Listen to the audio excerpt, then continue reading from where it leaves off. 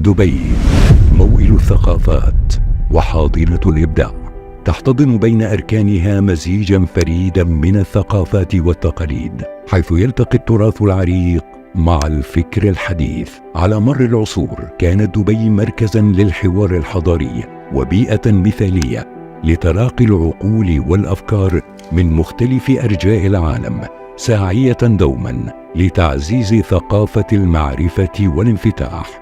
وهنا اليوم في قلب دبي حيث يبنى المستقبل، في هذا الصرح الثقافي مكتبة محمد بن راشد، تلتقي نخبة من العقول من جميع أنحاء العالم في حدث يجمع بين أمجاد الماضي وتحديات الحاضر ورؤى المستقبل.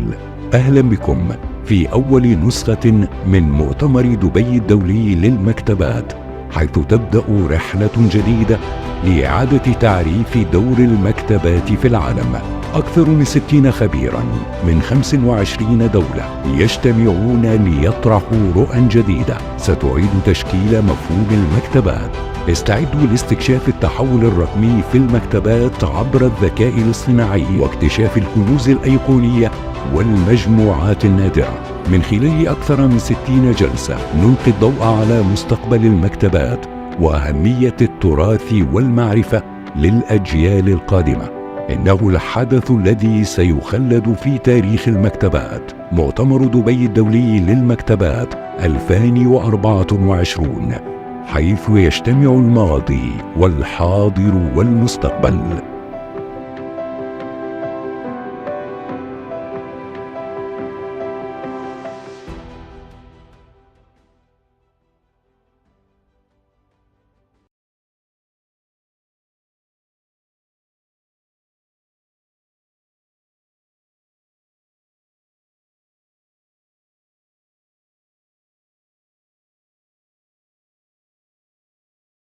دبي موئل الثقافات وحاضنة الإبداع، تحتضن بين أركانها مزيجا فريدا من الثقافات والتقاليد، حيث يلتقي التراث العريق مع الفكر الحديث. على مر العصور كانت دبي مركزا للحوار الحضاري وبيئة مثالية لتلاقي العقول والأفكار من مختلف أرجاء العالم، ساعية دوما لتعزيز ثقافة المعرفة والانفتاح. وهنا اليوم في قلب دبي حيث يبنى المستقبل، في هذا الصرح الثقافي مكتبة محمد بن راشد، تلتقي نخبة من العقول من جميع أنحاء العالم في حدث يجمع بين أمجاد الماضي وتحديات الحاضر ورؤى المستقبل.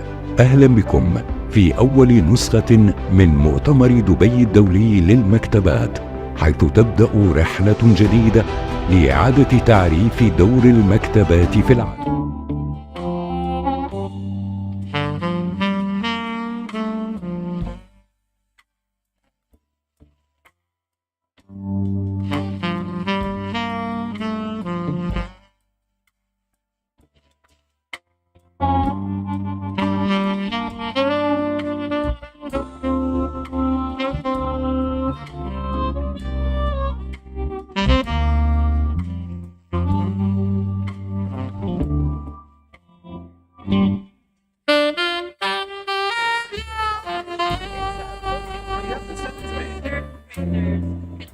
That's perfect. That's great. It's fantastic. Aladdin is the most performed play in London.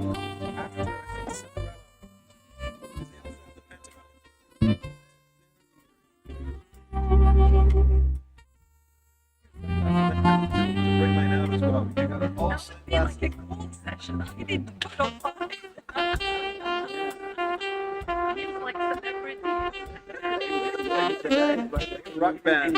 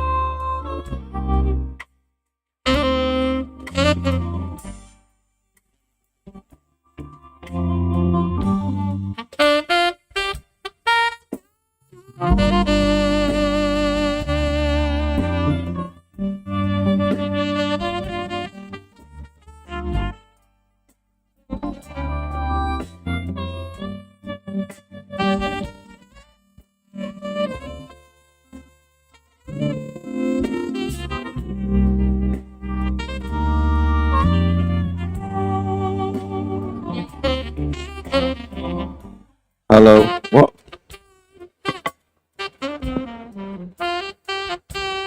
It's on. It's on.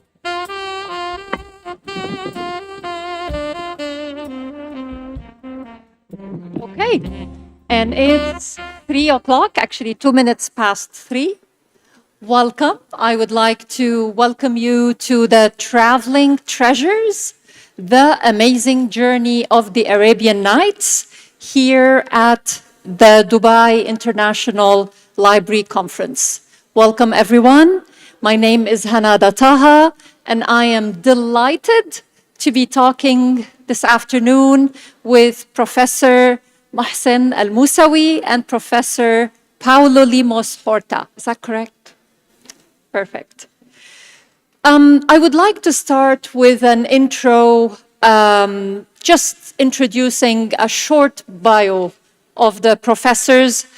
Professor Mohsen is a professor of Arabic and Comparative Literary Studies at Columbia University, New York. He is a literary critic and a scholar of classical and modern Arabic literature and comparative cultural studies. He is the author of many books, 28 to be precise, including 4 novels and over 60 scholarly articles, among which many have been around the topic of the Arabian Nights. We can see some of the books here, right on the floor. Many are around that same topic we are discussing today. Professor Mohsen is the recipient of the Sheikh Zayed Book Award and King Faisal International Prize. Welcome. Professor Paulo Limos Horta is the Associate Professor of Literature at NYU Abu Dhabi. Professor Paulo is a scholar of world literature. He's interested in the cross-cultural collaborations that influenced the 1001 Nights. Dr. Paulo has many books, among which is The Marvelous Thieves, Secret Authors of the Arabian Nights, which was published in 2017. And he's also the editor of the 2021 book, The Annotated Arabian Nights, Tales from the 1001 Nights, and many others. So we are very happy to have you with us for the 1 hour to come. And I wanted to start with your personal stories. No one spends a lifetime working and writing and speaking worldwide about the Arabian Nights without having a personal story, some connection. Why would you spend so much of your scholarly effort and life just researching and writing about the Arabian Nights? Would you like to start, Professor Mohsen? Yeah. Would you grab the microphone? Thank you, Dr. Just the microphone, please. Thank you so much, and Professor Hanada, and thank you all for being here. And my gratitude certainly to my friend and colleague and the brilliant intellectual and public intellectual Muhammad Al-Mur, who is behind all these invitations, and certainly the organization of that, and with Isabel Abul Hol, who has been definitely a great organizer, as always. So the story, yes, there must be a story. This is why we are talking about storytelling. But to tell you the truth, when I started, because I started after graduation, that is from Baghdad University around that time, I started with other books. And I began writing about the novel, the poetry, and this and that. And later on, when I reached Dalhousie University in Canada at that time, I was worried about something more utilitarian. You can say that is in the sense that how is it possible for me to bridge the gap between my interest in Arabic and comparative studies at the same time. And this is why it came to my mind. So practically, I should not claim that I was devoted to the Arabian Nights and this is why I embarked on it. I mean, no, there is no such thing. Actually, what happened is that a practical reason, that is, here is the field of study which I want to do. And here is the availability, or what Michel Foucault will tell us, conditions of possibility. And that is the conditions of possibility. Around that time, here is a good professor I want to work with. He is more interested in comparative literature. And so I need to bring the two together in order to develop my interest. And this is why I began early on, timidly, searching on that. And the first thing which I thought of is to go to MacDonald collection at the Hartford Seminary Foundation. That collection was marvelous, certainly, because it is an archive of the Arabian Nights, which the American Orientalist has been collecting over years and years, and so on. So with Nafi Donat, the librarian around that time, he made this accessible to me. I remember that in 1976, I spent most of the time there and studying that collection. That collection captivated me, and that was behind the real engagement with the Arabian Nights from a scholarly point of view. I mean, that kind of reading. Terrible as it might seem, but nevertheless, that was exactly what happened. If that Orientalist, who had spending 40 years of his life at least, devoted entirely to the Arabian Nights, and with, as I saw in his collection, why shouldn't I myself get interested in that? And I found myself really interested in that. And suddenly I couldn't disengage from that kind of engagement with the Arabian Nights, and I found it quite a topic. The problem is, and that is something which the generation of Paulo will note, perhaps have not faced at all, but we did face. Around that time, Arabic was not as popular as we might assume in North America. There was no such thing. Actually, the neglect of Arabic was there. It was a condition that is, nobody was going to supervise you or to take care of that kind of research. There was a prohibition of what is called Arabic. So very rare, actually, and this is why my generation, if you ask them for a story behind that, they'll tell you. Peter Heath, the late Peter Heath, told me that at Princeton he was the only one studying and doing his doctoral degree in Arabic, and so on.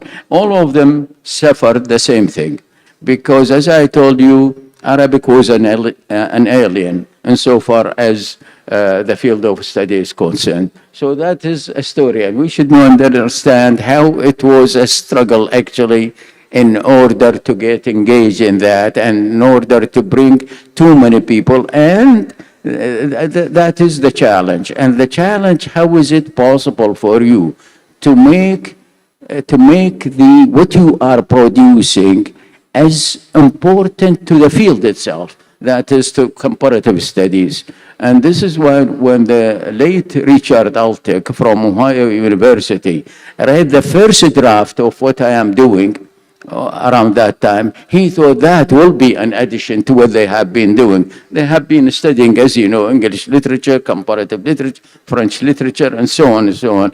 But to bring something new, that is to say, the reading of periodicals around that time, to tell them what are the fluctuations in taste, the critical opinion, and so on, over 2 centuries, that was something for them, and they cannot tell you no. They should accept that. That's fascinating. Thank you. Paulo? Hi. So, how many of you had Aladdin or Alibaba told to you as kids? Anybody in the audience? Could you put up your hands? So this was my experience. My story is much more personal.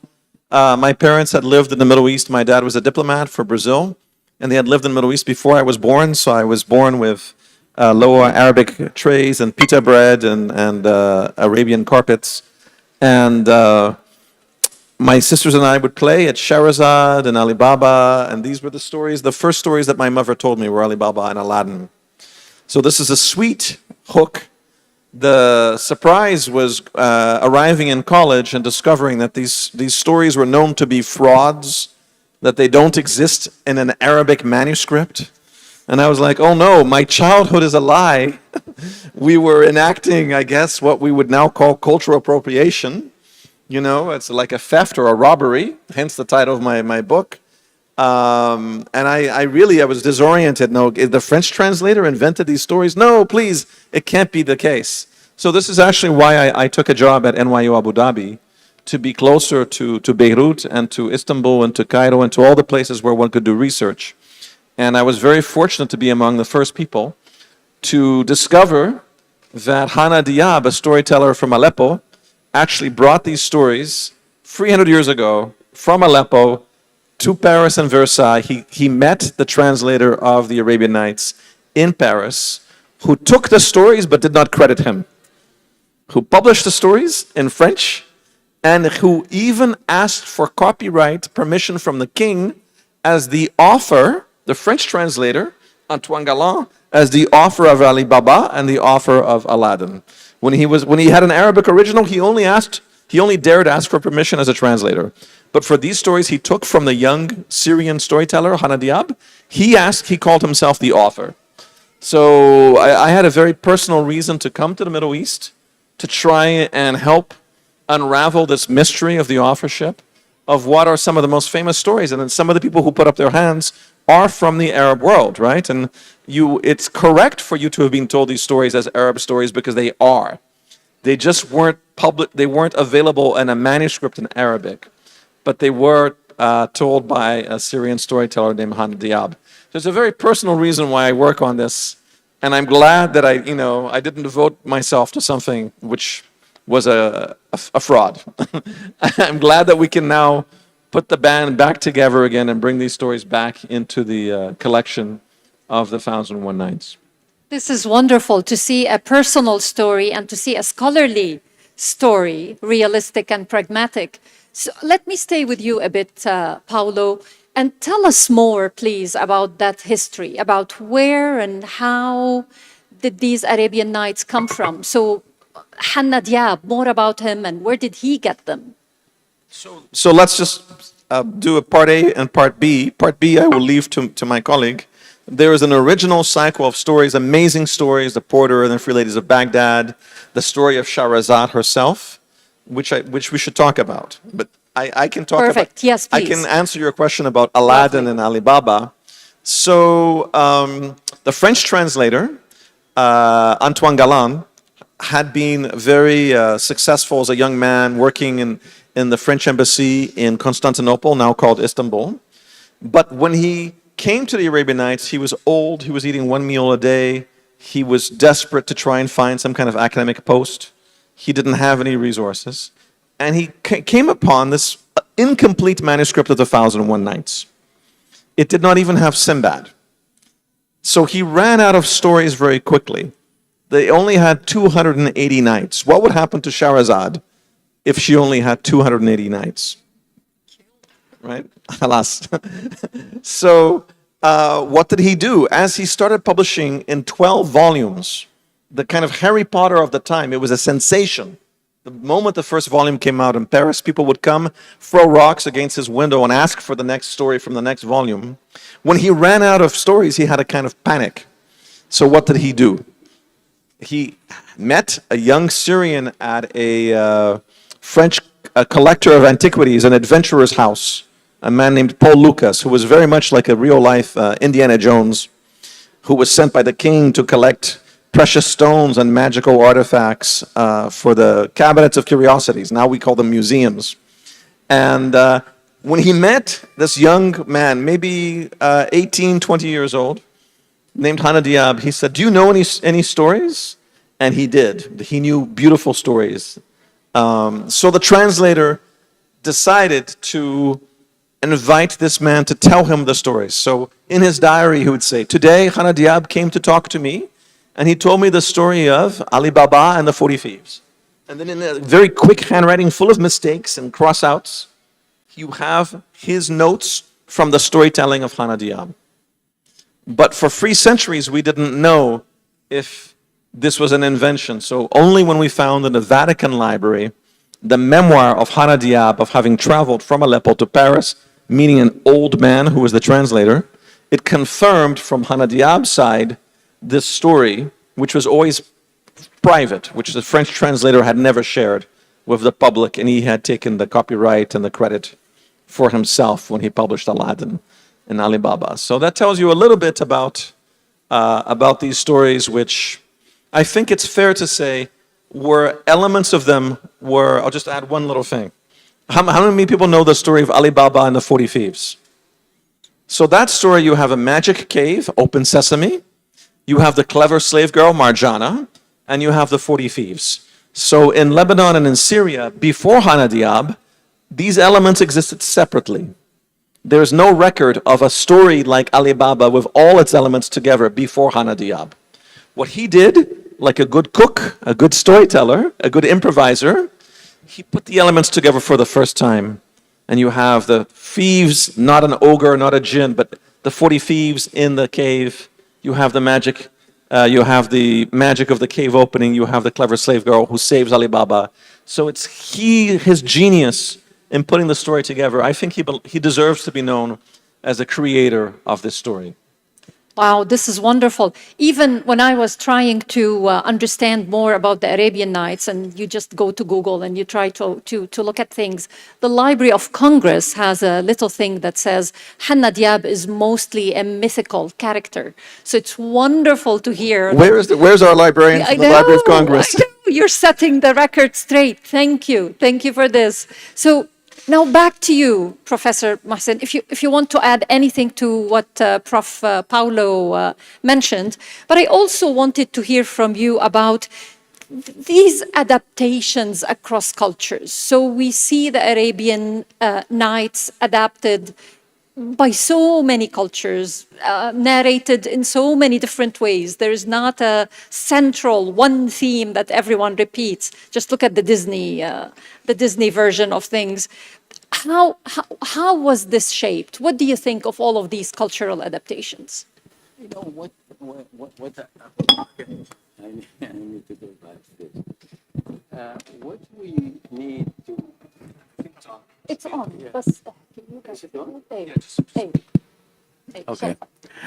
So what we need to know about the history of the Arabian Nights itself, I mean, what Paulo is telling you about Hana Diab, this is certainly known, and it was raised by the end of the 18th century. That was a question. That is how authentic all these tales were, and what was fabricated or adapted by Galan. There were very many questions around that time. Patrick Russell, though, who was at that time a physician in Aleppo, wrote in Gentleman magazine at that time, and we are talking about the 18th century, telling them that no, I mean, most of the tales which were reported by Galan, the translator, were there, and he read, and he had a manuscript of his own, which tells us that he didn't fabricate or whatever. What is being added, that is quite true. Paulo said that he ran out, which is quite true because of the demand. There was an enormous demand around that time. So all of them were searching for tales and so on. And any oral storytelling, that is, will be very much appropriated in one way or another in order to sell. The most important thing here is that the Arabian Nights, Galan's 12 volumes, that is, small volumes, took the scene by surprise. That is, everybody was shocked to see that there was something new in the literature itself. They were not used to that. So it came as a shock, but at the same time, it changed the level of writing itself, the narrative itself. They were not. Addison and Steele were writing short stories and whatever, but they are mostly either educational or instructional and so on, and moralistic. They are not in the tradition of storytelling itself. And here is something, a new dose altogether, which was, as I told you, played havoc with the literary scene itself. And everybody noticed that we have right now characters, a galaxy of characters. I mean, you have butchers, you have barbers, you have this, you have that, and so on. So different characters, they are not used to that. And with the rising certain classes, the middle class, little of a working class, and so on, that is important. The society was changing in Europe around that time, and with the expansion of empires around that time. So you find a different audience altogether. Remember that if we look at the magazines that appeared in the early 18th century, we can understand that we are talking about a growing reading public. And that reading public was enormous in one way or another. And certainly it was fed by these tales. So this is why you find the imitations, Turkish tales, Tartar tales, these tales, and so on. So collections which began to appear, fabricated mostly, fabricated. So writers began to fabricate in order to catch up with the taste for the Oriental tale. In her marvelous book, actually, Martha Pike Conant wrote about the Oriental tale. She was from Brumois. At that time, she got her degree, doctoral degree. Columbia University Press published that in 1908. Look at that. Look at that date. So that is the Oriental tale in England in the 18th century. That was the book. Hussein Ali Haddawi, who translated Galland's edition, and who was of the same generation as Mohsen Mahdi at that time, both of them Iraqis, and they went to the States at the same time, translated that. And his own dissertation, 1962, was about the Oriental tale. Very important dissertation, actually, which he wrote around that time. And he did an enormous amount of research about the growth and the fabrication and the adaptation, appropriation of very many tales and so on. That was a scene. So in order to feed the public, you need to provide them with that kind of Oriental tale, kind of. The Arabian Nights, though, as I told you, the question which you raised about whether Galland really did fabricate a lot, not really. I mean, he changed the style. That is quite true, as he mentioned in the introduction, that in order to fit into the culture of his own times, certainly he had to take care of what he called the delicate taste of the aristocracy around that time. And that is what he did. So, yes, he did that, but look at what Borges will tell us. He will tell us that without that, he cannot sell, he cannot make his production a commodity. It was commodity because he fitted into the taste of the period itself. And that was an achievement. And without him, there was no Arabian Nights, by the way. Because if we go to the Arab scene didn't care for the Arabian Nights, simply because they are more attentive to the production of the classical type of good prose. It is not the oral storytelling is something on the side. You can listen to it in a cafe, in a gathering, in an assembly, but not in writing. This is why when Nabi Aput found that fragment of a manuscript, for instance, in Chicago, 1948, 1949, that was very important, certainly for her and for us, because she will tell us that actually there was an available manuscript of something called selections from the Arabian Nights in the early 9th century. So there are selections in the early 9th century, which means that a little earlier there was a collection called the Arabian Nights. Now, what I added to that, though, because in Muruj al-Dhahab, what was Mas'udi mentioned that sometimes storytellers pretend that these are translations from other cultures, Persian, Indian, and so on and so on. Why? Because the emirs and the caliphs would love the translations, not something to tell them that you author that, or it was an Arabic origin. So they fabricated that. And not fabricated the story is there, but they tell the emir or the caliph that this is a translation. And that is important because it will tell us that the story of the Hazara Afsane, which is repeated quite often, is not necessarily true. It is also a fabrication in order to sell.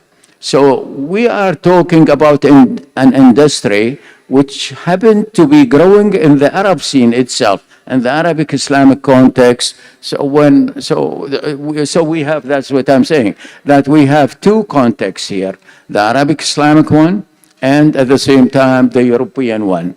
And we need to differentiate between the two in order to understand exactly how that reception took place.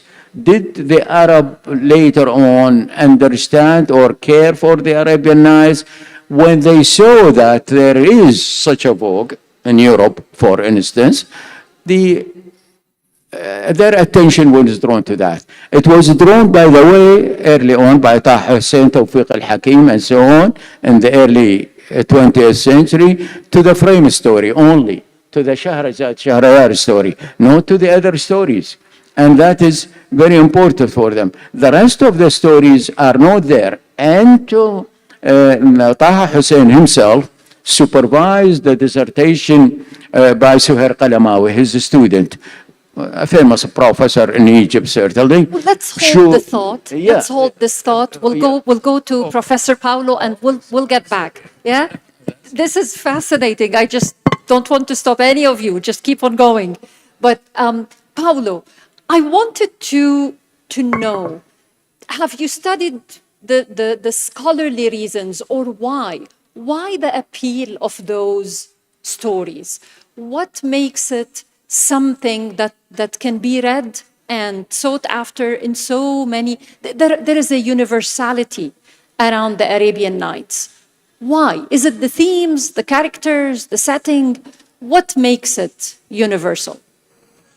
Well, if you go into the archives of the University of Chicago and you look at the philosopher Leo Strauss, who kept some notes on the Arabian Nights, he would say that the themes of jealousy, all sorts of related themes, jealousy of God, jealousy of other people, are very important to the original Arabic cycle of stories.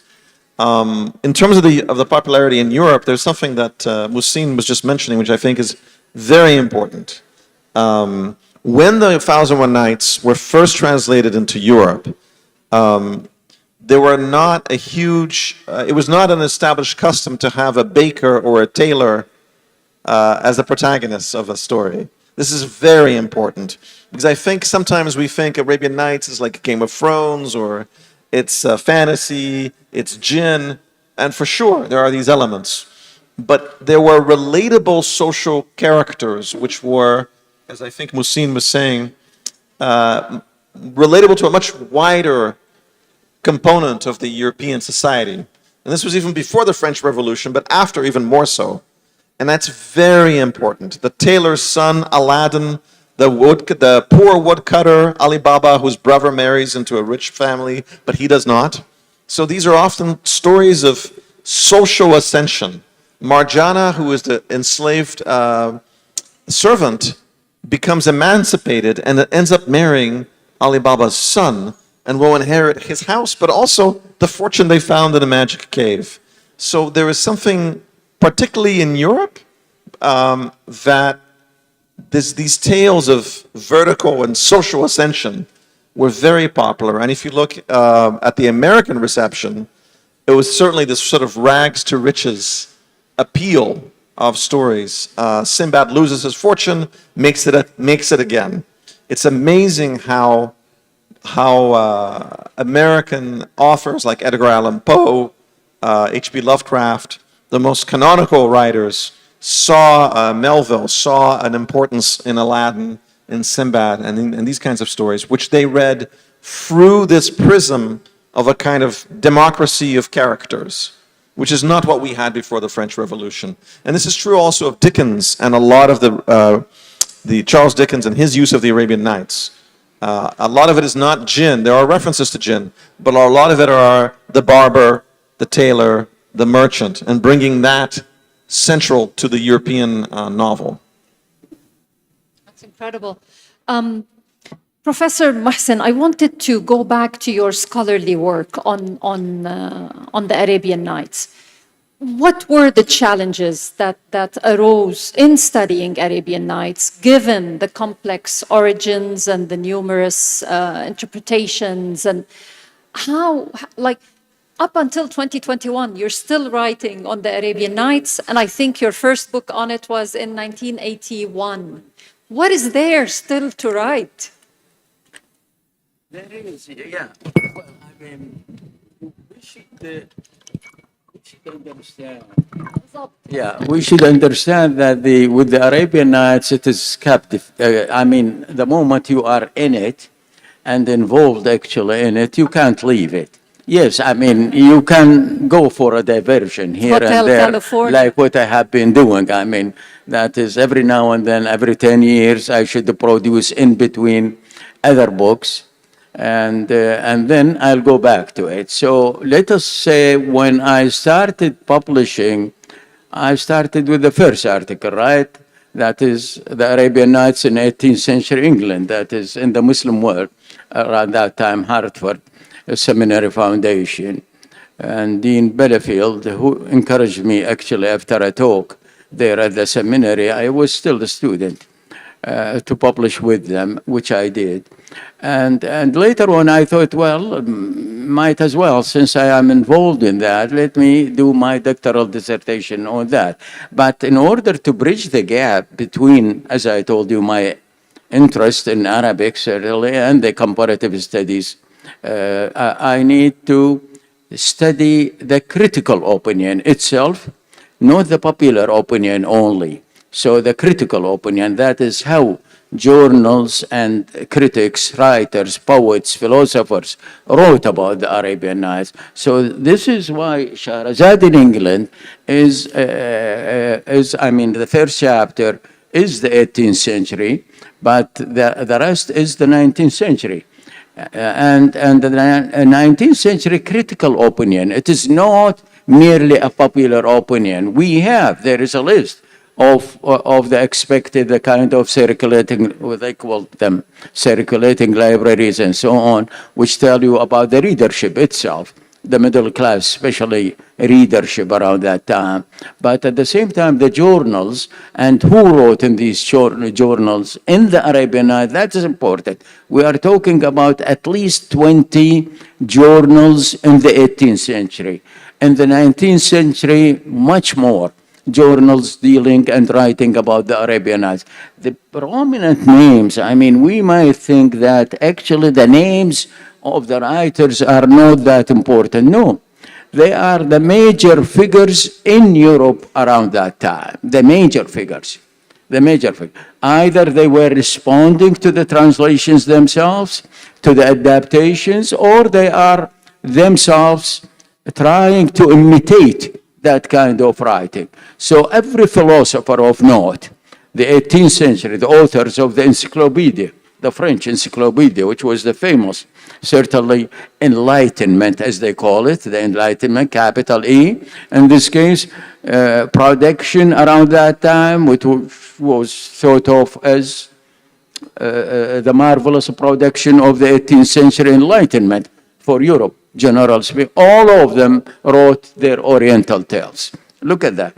And if we look at the criticism which was written around that, enormous amount of criticism. Certainly, as I mentioned somewhere, that at that time we don't have the internet, right? And we don't have Google to help us. So we used to go to the shelves and check every journal, every paper, and with the dust and all that kind of thing in order to find the material. The appeal then to go back to your question, the appeal is multiple, in the sense there is the popular appeal, which we need to check with the libraries, circulating libraries and so on, the number of editions, adaptations, and so on, and that will tell us about the popular taste itself. The critical is different. That is, people who have been writing, poets, philosophers, critics, and so on, who wrote articles about the Arabian Nights. That is an enormous amount. Until this very moment, I don't think that I have exhausted the material which I have collected in the early years. And I still have a pile of that kind of material. What I left in Baghdad, in my collection in Baghdad, was enormous too. And it is still there, by the way. And I don't know if I go back to it again and try to search it, I might find something else. So is it why every now and then I thought that since I get involved in this book, in this project, in this novel, and so on, why should I go back to the Arabian? Whenever I feel that the academia has been involved actually in the Arabian, which is recent, as you know. Before that, it was excluded. It was not in the academia. I mean, nobody is going to study the Arabian. It was in the 1990s that you find some people in the academia got interested and they began to do research and dissertations and so on. And I found the limitations in that kind of research, so that will impel me to develop another story. I noticed that the neglect itself, for instance, of the Islamic context, was not there. I mean, it was a neglect. And this is why you find me writing that book, for instance, for Columbia University Press around that time, The Islamic Context of the Thousand Nights. By the way, this is Naziha Salim portrait, which is very important, the late Naziha Salim. Beautiful kind of writing. So you find that every now and then it is needed that I come and add what I know or what I perceive as necessary at this time. Lovely. Looking forward to the next book then. Professor Paulo, can we go back, tell us more about how did the Arabian Nights influence contemporary literature, theater, film? How do you see it from where you sit and from the research you have done? Well, I think I had mentioned just a moment ago the influence, and I completely agree with Muhsin. All the major figures in the 18th and 19th century. In fact, the late Robert Irwin, who we had the pleasure of hosting here in Dubai, Isabel did, and this is a nice moment to remember Robert Irwin, but also Isabel, and thank you for the invitation and for everybody who is involved with this festival and this amazing tribute to literature. It's a pleasure and an honor to be here. But Robert Irwin said it would be easier and a shorter list to name major figures from the 18th and 19th century who were not influenced by the Arabian Nights, because really it was everyone. So the list of people not influenced would be much shorter than the list of people who were. I think, though, beyond the sort of Marcel Proust or Dickens or what we think of as high literature, George Eliot, I do think perhaps we could be spending a bit more time thinking about the influence on fantasy and science fiction and these genres, which are, after all, a lot of what people actually read and consume on Netflix or on Hulu or on TikTok. And the Arabian Nights provided a lot of blueprints for genres which are very popular today. Aladdin, at the end of the day, is this 15-year-old boy, very much a prototype of a young adult novel, before there was a YA as a category.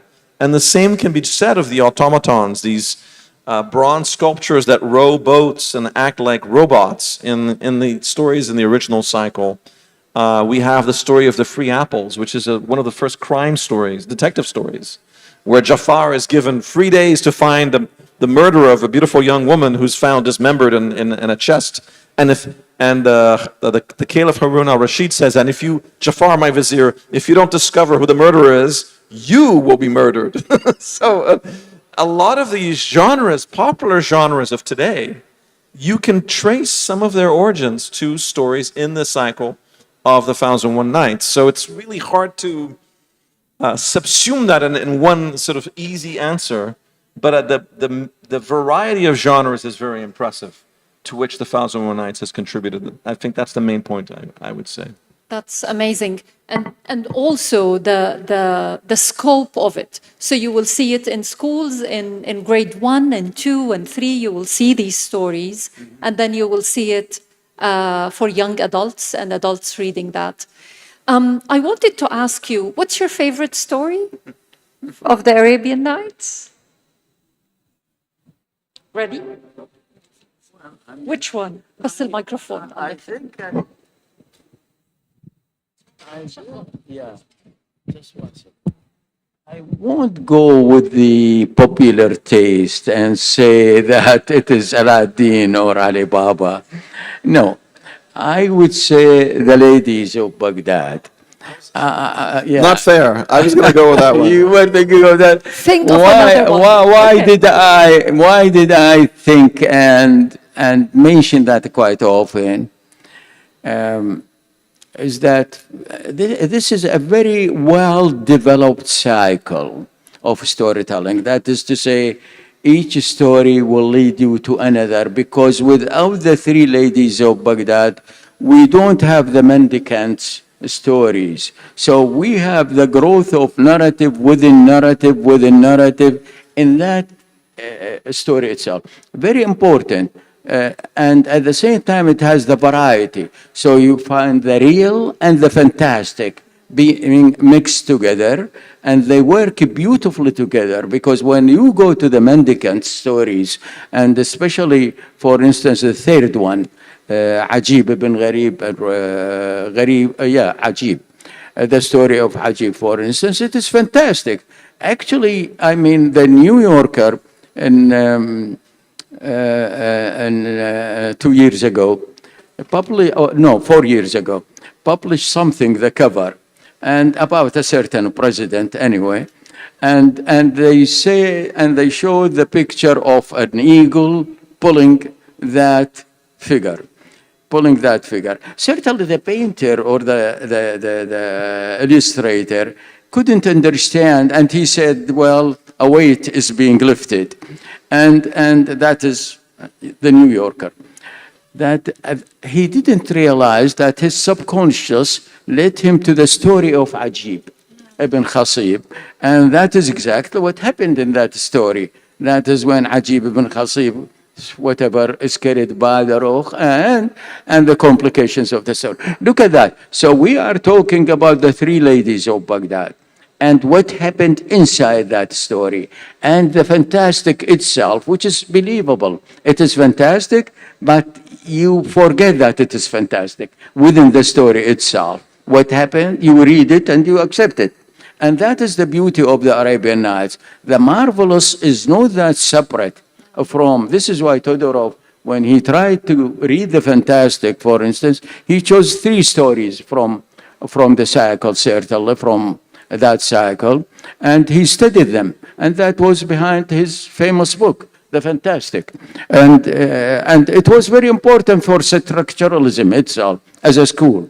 How is it possible to study narrative? That was also a very, I mean, if you look at the development of criticism itself in the West, general speaking, you cannot dissociate it from the Arabian Nights itself. Everything is coming from the Arabian Nights, even the latest schools, the latest fads, whatever is that. And back to the question, which Pablo, I think, mentioned something about that. Look at the trapdoors and the Arabian Nights, and also and the three ladies. Look at the secret code that is in there. It is available in the Arabian Nights right now, and we are talking as if the AI is providing us with secrets. No, I mean, it is already there, and we need to understand that that kind of things was available also in that treasure. This is why, I mean, we are talking about something marvelous that tells us about the human mind, how it works, and how is it, if you try to historicize that, and to think that there are yes, there are. Human mind is always working. But remember that the human mind is emphasized in the Arabian Night. In the first story, the fisherman story, it will tell you how is it possible for you as a human mind to beat, for instance, the jinn or whatever, or the ifrit, and so on and so on. So the emphasis on the rational element, that is, how is it possible for you to rationalize, is going side by side and in combination with the fantastic. And there is coordination, and at the same time, as I mentioned, there is a conflict. And we need to understand that this is the human struggle. Beautiful. Paulo, what's your second best Yes, story? you took the porter and the free ladies of Baghdad. That's not fair, but and I really encourage people to read that story because this mystery, free women living in Baghdad without a man. So that's why the porter invites himself into it, and then these one-eyed dervishes who arrive, and then the Caliph Harun al-Rashid arrives in disguise with Jafar, his vizier. And there's a prohibition not to ask questions. When they ask questions, they're threatened with execution, and they have to tell stories, and the women tell stories, and the men tell stories. But I think, to me, that reminds us of the overall frame. You know, Boccaccio has a beautiful frame, the Canterbury Tales has a beautiful frame, but so does the 1001 Nights. So I think the story of Shahrazad herself is an incredibly evocative and powerful story, which we're still thinking of today, right? So King Shahryar was betrayed by his wife, became a misogynist, became a serial killer of women. He would marry a young woman and have her order his vizier, Shahrazad's father, to kill off this young woman the next morning. And she volunteers to marry the king, and the incredible courage. And he tells her a couple of stories and to try and convince her not to do this. And she marries the king.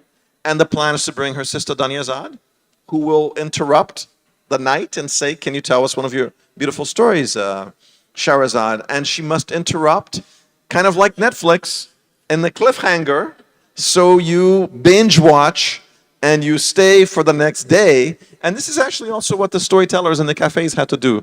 They would interrupt their stories because the cafe owner had hired you as a storyteller so you could keep selling coffee, so people would have to come back the next day. So I think there's something about her predicament, telling stories to save her own life. Often the first few stories about characters, like in The Fisherman and the Genie, who have to tell stories to save their own life. There's something about that predicament which I think is very elemental and powerful. And it's storytelling and art triumphing over tyranny and oppression. I think the frame itself is very inspiring. Yeah.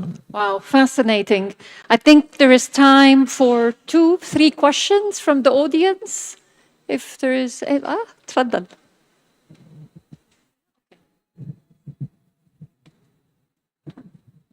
Thank you, Dr. Mohsen and Dr. Paulo.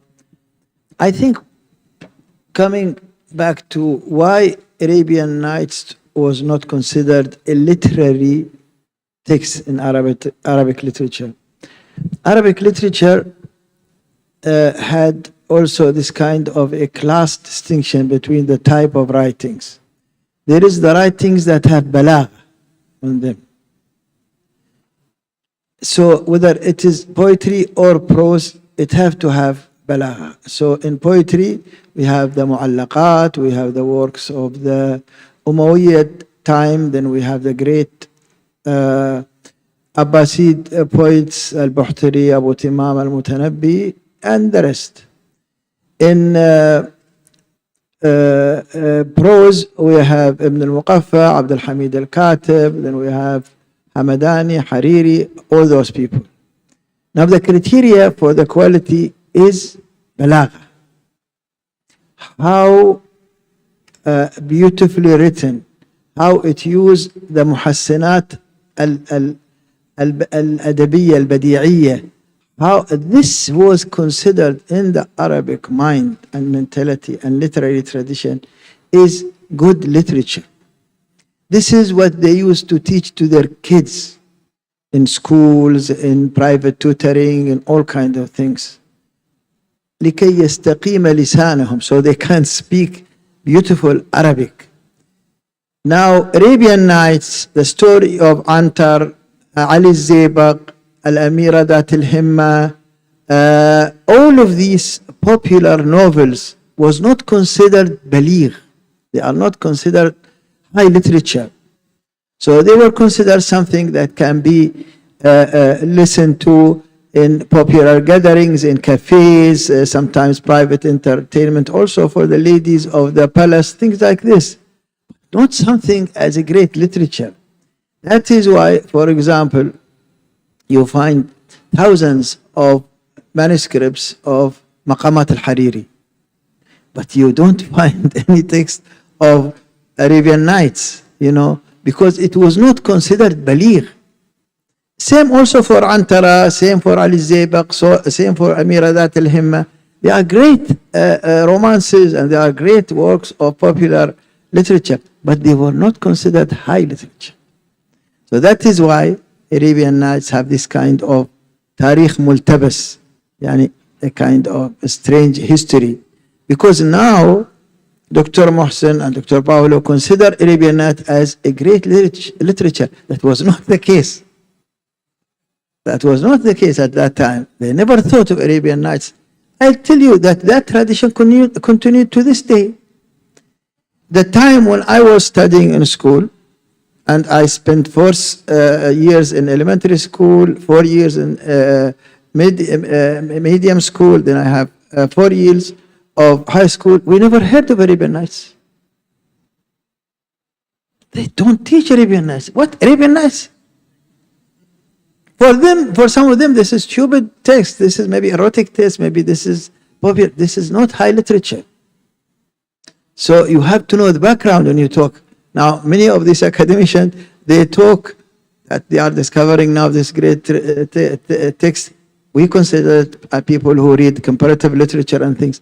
But for the establishment in the Arabic, even academia, Suhair Qalamawi was the first really scholar who wrote about Arabian Nights. Nobody serious scholar Arab in Arab universities wrote about Arabian Nights. None. Even after Suhair Qalamawi, rarely people wrote about Arabian Nights. It is maybe in the West they have more interest in Arabian Nights than in the Arab world. I don't think that any library of Arab universities have a section of Arabian Nights books, whether in Arabic or in translations. So you see all this great importance that our 2 dear scholars attached to Arabian Nights is not the case in our academia and also in our literary circles. This is unfortunately because they explained how important is that text. In fact, after the Quran, this is, I think, the most important text that the West know about Arab life and about Arab societies and about Arab traditions, whether good or bad, also because there were a lot of stereotypes about Arabs that was brought from Arabian Nights that are not true. Anyway, so we have to have this, and I think also it is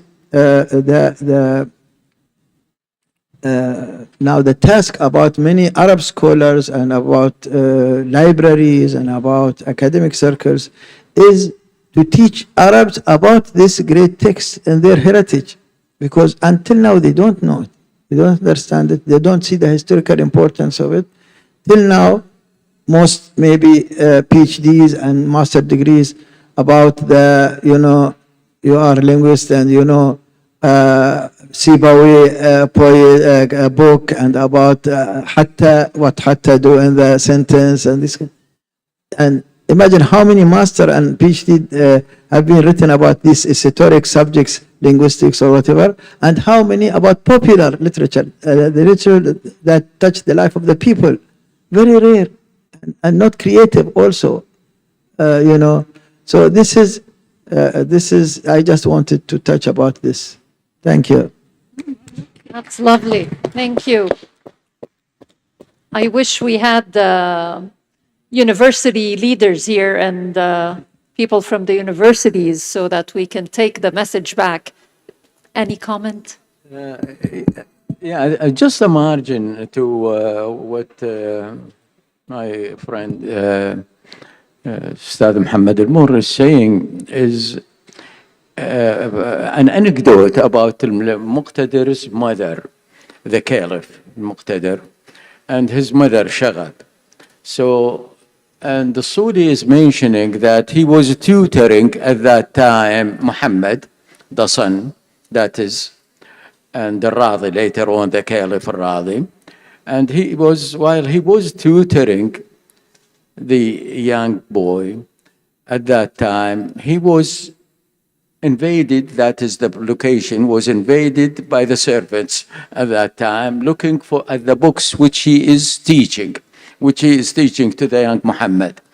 And Muhammad was responding this, tell to the servants, tell whoever sent you that I am not reading such and such and such and such books, tales which are thought of as popular as the Arabian Nights. So that was something which Suli is mentioning to us, which means that Shagab was very careful not to let her grandson to read this kind of material. However, we know that in the 10th century, though, we have two anecdotes which tell us that some of the prominent figures, like Jahishari, who wrote the history of wazirs, for instance, Kitab al-Wuzara, he collected 400 tales.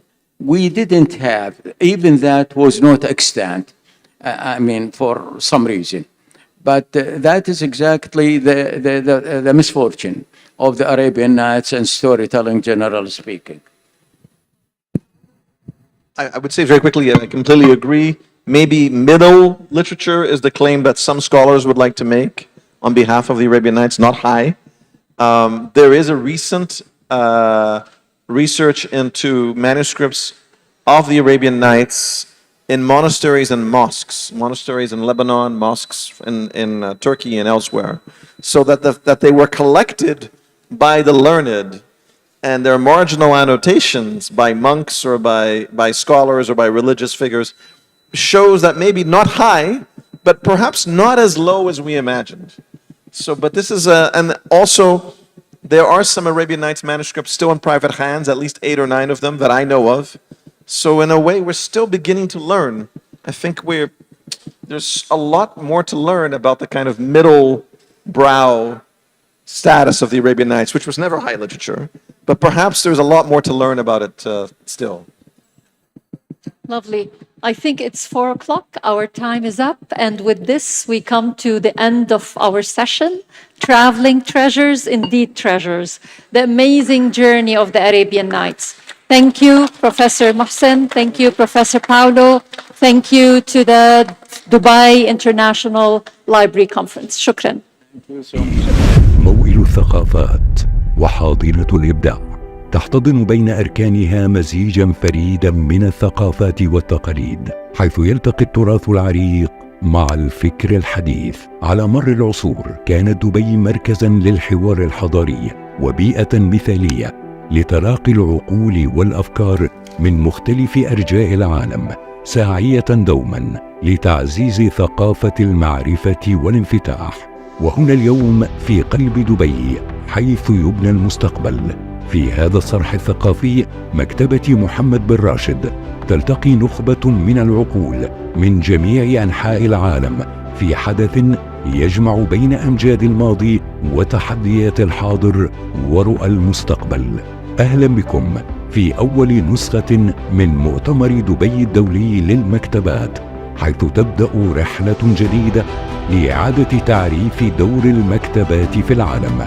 أكثر من 60 خبيرا من 25 دولة يجتمعون ليطرحوا رؤى جديدة ستعيد تشكيل مفهوم المكتبات استعدوا لاستكشاف التحول الرقمي في المكتبات عبر الذكاء الاصطناعي واكتشاف الكنوز الأيقونية والمجموعات النادرة. من خلال أكثر من 60 جلسة نلقي الضوء على مستقبل المكتبات وأهمية